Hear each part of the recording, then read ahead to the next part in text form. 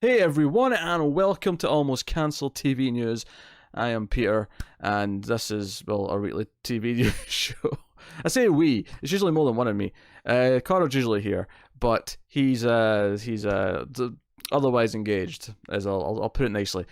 So I am doing the show on my own this week, and I'm also actually streaming it live, so there's some folk here watching. Occasionally I will refer to things they're saying in chat, but for the most part it'll just be the same show as normal. Except I'll be on my own, because that's what's going to happen. So yeah, we talk about renewals, we talk about cancellations, we talk about premiere dates, shows in development, pilots, all that kind of thing. We work our way through that for the news in the last week, and that's what we do. So welcome to the show.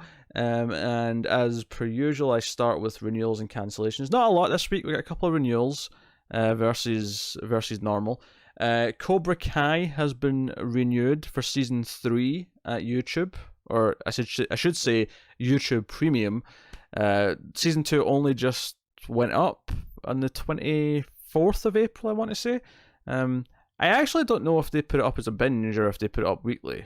Maybe the beauty of this is that someone in chat can tell me as I'm talking. Someone can fact check for me as I'm yammering on. But yeah, so clearly it's doing well for them. Given that YouTube are winding back and actually making less scripted content, you know, they basically weren't doing it for that long, and then they said, no, we're backing away from this stuff. But for some reason, Cobra Kai has been renewed twice now, and we're getting at least 3 seasons of it, so Cobra Kai's doing okay. And then the other renewal this week was the Twilight Zone from CBS All Access, which we have been reviewing. Funnily enough, that was me and Connor for the first 5 episodes. Episode 6, which was this week, me and Tara did. Connor opted out, and since me and Tara were doing the classic episodes anyway, she hopped onto the new one. But it's been a real mixed bag of a season. There's like no episodes yet that I would just flat out call good. They've all got caveats and problems and things, and you know, a couple of them are downright bad. So hopefully they can. I mean, this is the thing. The one other thing from CBS All Access that we've covered is Star Trek Discovery, which notably did improve a lot in season 2. So it's not out of the question that Twilight Zone could do the same thing. However, I've not really heard the same backlash that Star Trek had, even though most people I talk to seem to dislike it. But there doesn't seem to be this, like, oh, you're ruining our show, you're ruining our thing, that Star Trek obviously had. You know, Star Trek, there was, you know, oh my god, this is terrible, you're ruining Star Trek. And they responded by, like, hiring new showrunners and multiple times even. So that's the interesting element here. I mean, we'll probably keep doing it. We'll see if it gets better. I mean, it's an anthology, so theoretically it could just have a random great episode at some point, and that'll be worth the whole thing. Well, maybe not the whole thing, but we'll see. So that's the renewals. Next up, to have a bit of a Mr. Robot update of sorts. This one was kind of interesting. It's not exactly what I was expecting. So basically, we have an interview with Sam Esmail from a recent festival this week, and he was talking about what season 4, the final season, was going to be, and he was talking about it. He compared it to like at the end of a British show. He said it's going to be essentially one long Christmas special. He was thinking of The Office specifically when he said this, and he says that the entire season takes place about a week over Christmas of 2015, which makes sense because the show, because of when it started in 2015, everything that's happened in seasons 1, 2, and 3 have been in the same year. Like it's not jumped ahead each year with real time. It's just been kind of moving along a little bit of time each one. So the final season of Mr. Robot is going to take place entirely over Christmas of 2015, which is cool from a setting point of view. That'll be an interesting sort of aesthetic to the show that's been different from the previous seasons.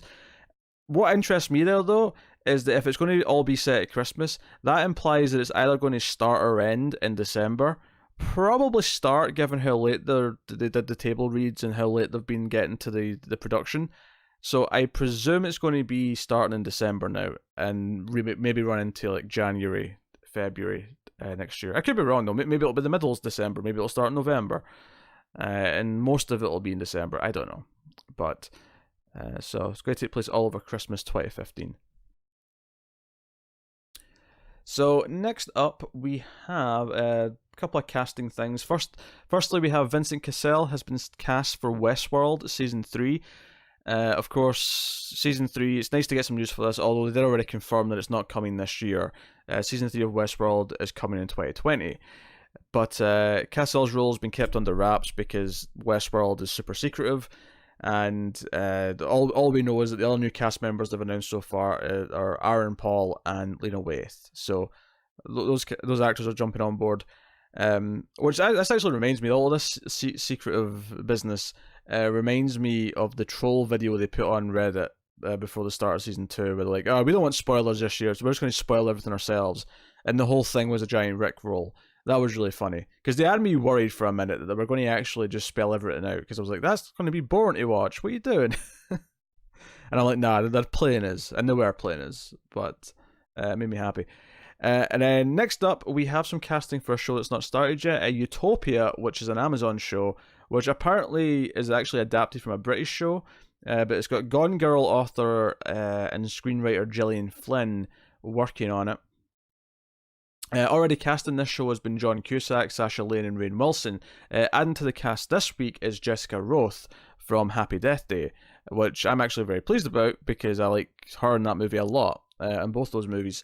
So I am pleased by this news. Just to remind you what Utopia is, Utopia follows a group of young adults who meet online that are mercilessly hunted by a shadowy deep state organisation after they came into possession of a near mythical cult underground graphic novel. Within the comics pages, they discover the conspiracy theories that may actually be real and are forced into dangerous, unique, and ironic position of saving the world. Very weird, interesting premise. I remember from talking about that last time. But the cast is shaping up. I do like Rainn Wilson and Jessica Roth quite a bit. So that is Utopia. So yeah, we actually don't have as many quick things this week. We're actually straight into the bigger elements, which is interesting. So I'm not sure how long the actual news episode this week's going to be. Bizarrely, I can't actually tell because I was streaming beforehand, talking to people in chat for a little bit, so the timer's all off. The timer's got me at like 20 plus minutes already. But first big thing this week. Phil Lord and Chris Miller have signed an overall deal, a 5-year deal, with Sony Pictures Television. Under the agreement, the duo will develop live-action comedy and drama series as well as animated shows through Lord Miller Productions. The biggest part of this, though, is that it specifies that they're going to make TV shows based on Sony's universe of Marvel characters, and they're referring to this as Spider-Verse. Notably, of course, they were involved in Spider-Man Into the Spider-Verse. So it's not a giant leap to think that maybe some of the shows they're talking about here might actually be spinning out of that movie. You know, do we get a Spider-Gwen show with Haley Atwell? Do we get do they get Nicolas Cage for Spider-Man Noir? I don't know.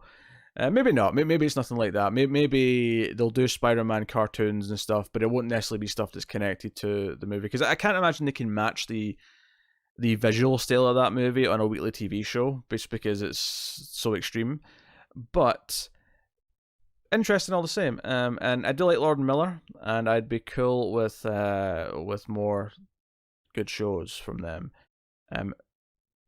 But yeah, nothing concrete necessarily to go on right now, but interesting all the same. But we're not done with Marvel stuff, because Hulu announced 2 new Marvel shows this week. 2 new live-action Marvel shows. So we have Ghost Rider and Helstrom. Helstrom I've never heard of. Ghost Rider I of course have. They've both been greenlit for 2020, so they're both coming next year. So we got these 2 characters. Ghost Rider, also known as Robbie Reyes. So it's Robbie Reyes. It's not, Johnny... Help me out here, chat. Johnny Storm?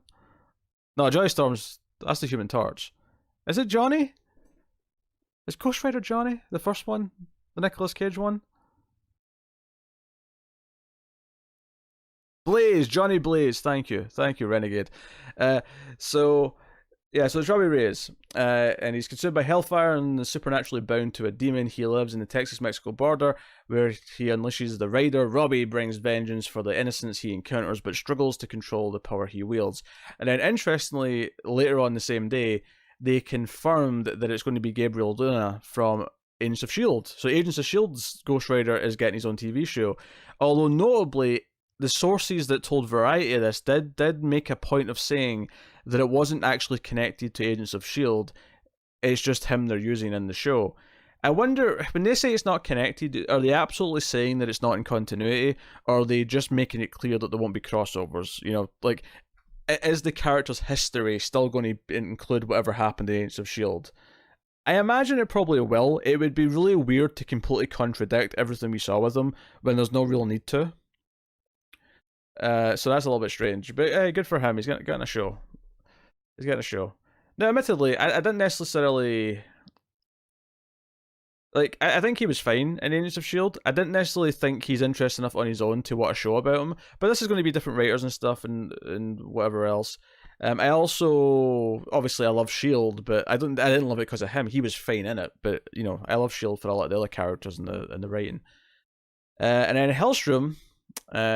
which is spelled with one L for the TV show, although apparently it's two L's for the comics. Damon and Anna Helstrom are the son and daughter of a mysterious and powerful serial killer. The siblings have a complicated dynamic as they track down the terrorizing worst of humanity, each with their attitude and skills. So I've never heard of this. Reading that description, it makes it sound kinda supernatural to me. And by supernatural, I mean the TV show Supernatural, which is coming to an end, so maybe the TV landscape is open to another supernatural sort of spiritual successor. Not that they're necessarily hunting demons, and not that in the show Supernatural their parents are like serial killers, but I'm getting some vibes, you know, siblings hunting down things, I don't know. Even the name Helstrom is something that might be in Supernatural. I'm getting those kind of vibes. But it sounds like a fun kind of horror action show, potentially, even if I have no attachment to the characters. And because these are on Hulu, it means that they can be for a mature audience, which is interesting. They're specifically going there instead of Disney Plus. And it's interesting that Jeff Loeb is producing these when he's the one producing all the other Marvel TV, but he has nothing to do with the Disney Plus Marvel shows, which are going to be more connected to the movies. This is a whole complicated thing where you've got Marvel TV and Marvel Cinematic Universe studios being completely separate, and the Disney Plus shows are part of Marvel Studios, which do the MCU. Agents of S.H.I.E.L.D., the Netflix shows, which are all dead, and this Ghost Rider here in Helstrom are Marvel TV. So it's a whole thing. I can't say that I'm like super excited about either of these. I can't say that either one of them's like, oh god, yeah, this sounds amazing, I want this in my life. They're both things that I'm happy to try. They're both things that I think have potential, but I'm not like chomping at the bit to get to them. So yeah, that's where we are. But yeah, I mean that's probably the biggest news of the week. At least, well, for most people. I'm sure the next thing I'm going to bring up's bigger for others. Tyler in chat is yelling at me, Cosmic Ghost Rider or no Ghost Rider at all. I don't care about Ghost Rider in any form. I'm good. I'm really good. So, moving on, Ron Howard and Jonathan Kasdan are in negotiations for Disney Plus, or at Disney Plus, to do a sequel series to Willow, the movie Willow. Not to be confused with the character Willow Rosenberg from the hit television show Buffy the Vampire Slayer, of course. But Willow, the fantasy movie, which there's a little description here, which I'll say for Willow, but yeah. So the original fantasy film came from George Lucas' story and was produced by Lucasfilm. And apparently Warwick Davis, who was the lead in the film, is going to return if this goes through. So I never expected Willow and The Sandlot to be properties that Disney Plus were going to be like mining new TV shows from, but here we are. Here we are. So yeah, Willow settles on a dwarf, Willow Ufgood, played by Davis, who reluctantly is forced into playing a critical role in protecting a special infant named Elora Danan, from an evil queen, played by Jean Marsh. A prophecy told that Elora would bring the queen's downfall. Willow was helped along the way by a mercenary swordsman played by Val Kilmer. I have never seen Willow. I don't think I'd like it. I don't think I've got much interest in seeing Willow. But hey, you know, is what it is. I'm sure people who are big fans of Willow are excited about the potential of a Willow follow up. Does this mean that we have to do the movie on like 121 in Flux like before this show starts? Are people going to be expecting that from me and Connor now? Because you know, I could just not do that. So you know, that'd be great.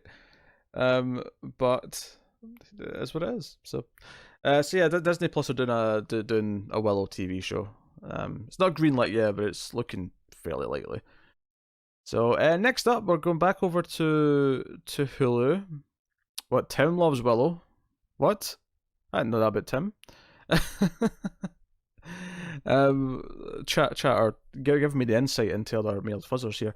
But yeah, so next up, Hulu has given a straight-to-series order to 9 Perfect Strangers, based on Big Little Lies author Leanne Moriarty's latest book.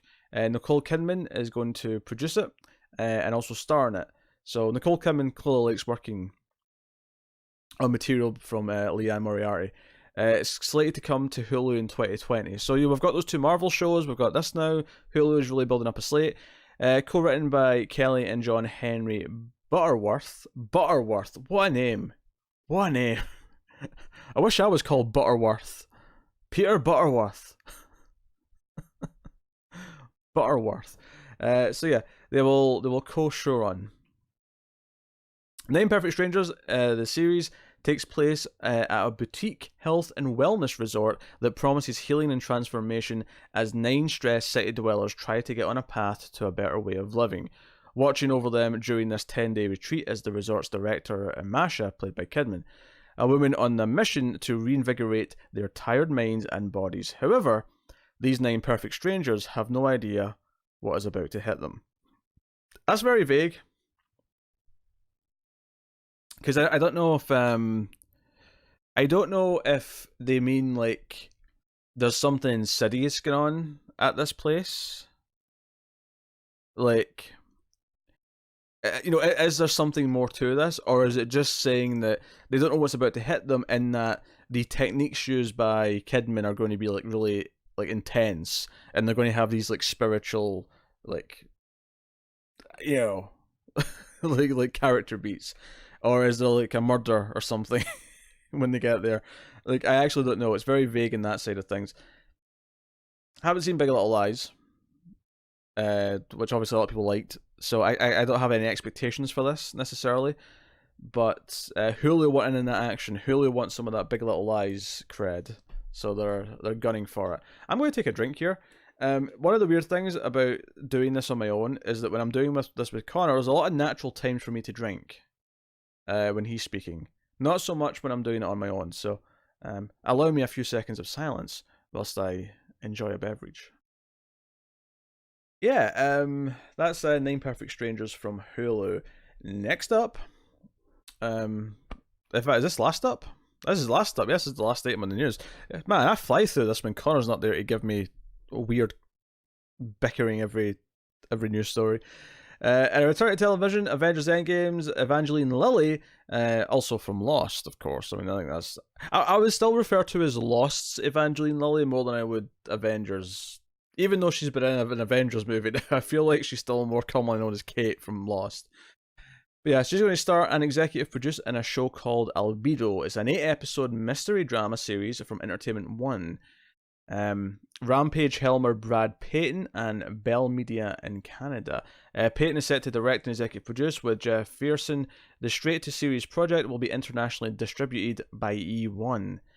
Albedo has been in development at Bell Media since 2016 and is expected to begin pre-production in May. Interestingly, this is a Canadian original. It's going to be exclusive in Canada on Bell Media platforms, which is interesting. In the US, it's going to be on VOD servers Vudu, which is owned by Walmart, and it's Vudu's first ever foray into original content. So Walmart kind of are doing an original show, which is a co-production with Canada Land. So yeah, that's it. But what's it about? That's the important part. So Albedo is set 150 years in the future. Okay, I'm interested. I'm curious. Tell me more. Detective Vivian Coleman, played by Lily, is dispatched to the edge of the solar system to investigate a scientist's mysterious death on board an isolated space station. Okay, I'm into it. She soon finds herself trapped and cut off from Earth, along with the station's small crew of brilliant scientists, all murder suspects, all harboring their own secrets. What begins as a classic murder mystery evolves into a fight for survival that may threaten the future of our species. So, I have nothing... I have no creative reason to be excited by this because, Rampage sucked. But the premise is right up my alley, and I do like Evangeline Lilly. So I'm hearing some good things from this. I'm intrigued. I'm intrigued based on those factors. Rampage was not good. I don't necessarily think it wasn't good though because of the direction. Rampage had a pretty mediocre script. And even the Rock couldn't save it. As charming as he tried to be, the direction of where that movie went just wasn't that exciting. Now, if he also wrote Rampage, then I'll have a cause for concern. But I don't think he did. But I'm mostly just guessing there, if I'm honest. Apparently, Vudu has a free movie streaming service which they've been pushing. Chat's telling me. So, yeah. Hopefully, this is good. I'm liking a lot. So this is an 8-episode limited series, which is nice because it means it's got a defined ending. There's not going to be any dragging anything out, especially if you didn't like that about The Lost. He did not write Rampage. The chat is informing me now. He did not write Rampage. So hey, maybe he's actually good with a good script. That's always possible. It's always possible. And it sounds like he's going to direct the whole thing. So maybe this is his chance to sort of flex his legs as an auteur and be like, no, this whole thing's mine. All 8 episodes of it. So yeah, there you go. That's actually the TV news, which was very quick. I think that was like 15 minutes. Maybe just over that. Oh god, this has been a quick one. I think the last time I did this on my own, I had like 3 times as much news, so it's still, even though it was getting quicker than normal, it didn't feel like super quick. You know, man, what a quick episode. Yeah, that was fast. Chat's also in shock. But yeah, so I suppose I could ask the chat if there's any like news that I have missed that they think's worth bringing up, and TV news, might I add. Don't start hitting from the last week. Sometimes chat, you give them an inch, they'll take a mile, and they'll like you'll ask for movie trailers, and they'll give you trailers from like 1972, as if that's what you were looking for. And I'm making fun of chat. Actually, I don't know. I shouldn't be doing that. I should be nice to chat. But yes. So chance is had. In the meantime, I will tell you a few things coming up on the channel. I've been asked a question. Yeah, let's do some questions. TV related questions though, may I add. So Tyler in chat is asking, or telling me at least, about Jessica Parker Kennedy campaigning for the role of Buffy in the new series, despite it not being about Buffy. Yeah, I think she's mistaken as to what the show is, because they've very clearly said that the new Buffy successor is not actually going to have the characters of Buffy in it. Well, it may have them in it as older characters, and the actors will be back as in cameos or whatever. But the it's going to be a new Slayer. So if she wants to be the new Slayer, sure. I'm kind of expecting it to be set in high school though. It doesn't have to be, but for some reason I'm assuming it's going to be a high school show again. But you know, if it is going to be someone who's about 30, then sure, like she's likable enough. I don't think the problems I have on Flash is to do with like the actress by any means. I really don't.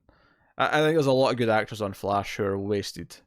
So I'm going to say she wouldn't be terrible as a lead in a show, but you know, we'll see. Cindy's telling me Designated Survivor released a trailer for the Netflix season. That is true. I did see that when I was looking for news. As someone who never watched the show though, past the first episode, I had no reason to check it out. Did it look good as someone who watches the show? You can say.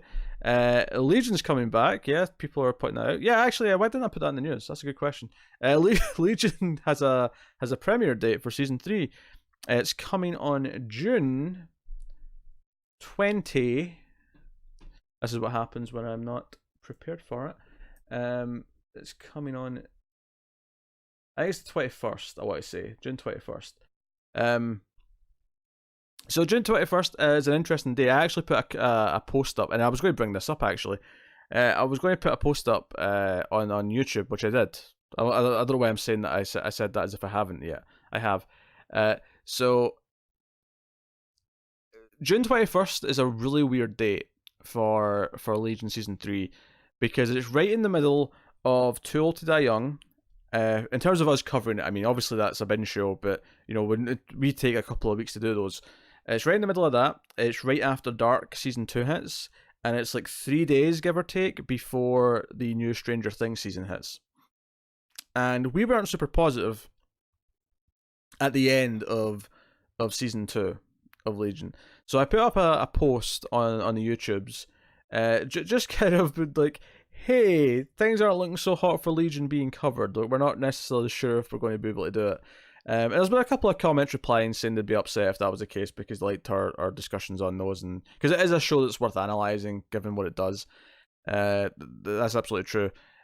So if you're worried about us not doing Legion, don't worry about it too much. I think, you know, if people seem to want it, we'll fit it in somehow. Or at least I'll fit it in somehow. If it's not a me and Connor thing, if it's something I just sort of do as a extra thing on top of what we're doing, so that we can keep the schedule up with the other shows that are all kind of piling up, which might relate to some ideas I'm having about a new tier on Patreon actually.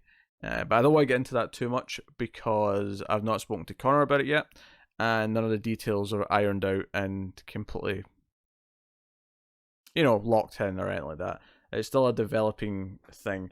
But it is worth mentioning though, I don't know if I said this on the news yet already, I don't think I did. But if you're interested in my Buffy the Vampire Slayer commentary tracks, they're now available at the $5 tier. They're slowing down a little bit, but part of the trade-off there is that it's now in the $5 tier. So all patrons at $5 and up can now access those commentary tracks. So if you were curious, you were interested, if that's tempting, then please do go and have a look. Because you can support us, of course, by going to patreon.com/MailFuzzTV. You can support us for as little as $1 per month. You get some stuff extra, you get some bonuses, you get all these things. But yeah. So yeah, there was a new Veronica Mars trailer for their Hulu season. I did not watch that intentionally because I have not seen season 3 of the movie, and well, I don't necessarily assume there's going to be spoilers for those things in the new trailer. Just in case, I decided to not dive into it. But yeah, it's kind of weird that that's coming so soon though. That's June, right? So yeah, really weird time. You could definitely infer stuff from the teaser. Yeah, so chat is basically agreeing that I made the right choice, so I'm okay with that. So yeah, but yeah, super weird news show this week with the lack of Connor, but hopefully some of it was interesting and a little bit of Q&A at the end, spiced it up just a touch. This is not going to be like a regular thing because Connor should be here next week and for all foreseeable episodes, but in weeks where for some reason we're running behind and it makes sense to try and keep things on track by me doing news separate like this, we might come back and do this again. And maybe, that's something that can be a thing every once in a while. Maybe the same will happen with movie news at some point. If we're scheduled for a movie news and then something happens to the schedule and we're going to have to push things back, rather than knocking everything back, movie news can be something I'll just do on top of whatever else we did on that day. But because I'm really conscientious of things being knocked back in the schedule. I like things to be consistent, and it really bugs me when they're not. So this is a way of rejigging things a little bit and just keeping things on track without just straight up cutting the content, because there has been weeks in the past where it gets so late because the schedule's been pushed back so much that it's like, well, there's just not going to be news this week. And I think it'd be better if I did just a solo news like this than cancelling it outright. You still get something, and it doesn't inflate the next news episode to extreme degrees because we feel like we have to include a lot of the stuff from the previous week and so on.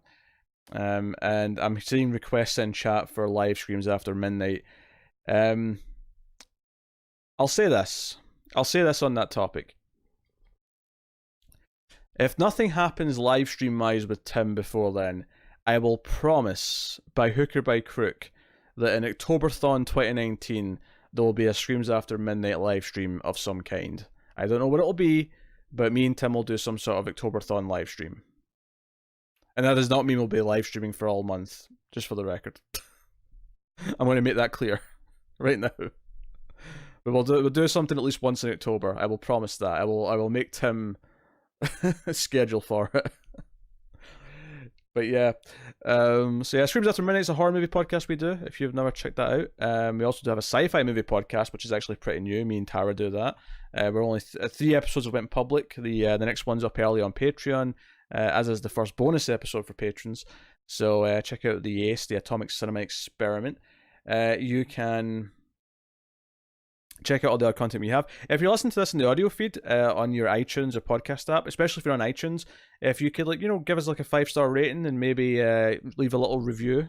iTunes recommends us out to people based on number of ratings, but also even more so based on actual reviews. So if you actually put in a little, a nice little sentence just saying, hey, these guys are so good and the sex appeal's off the charts or something like that,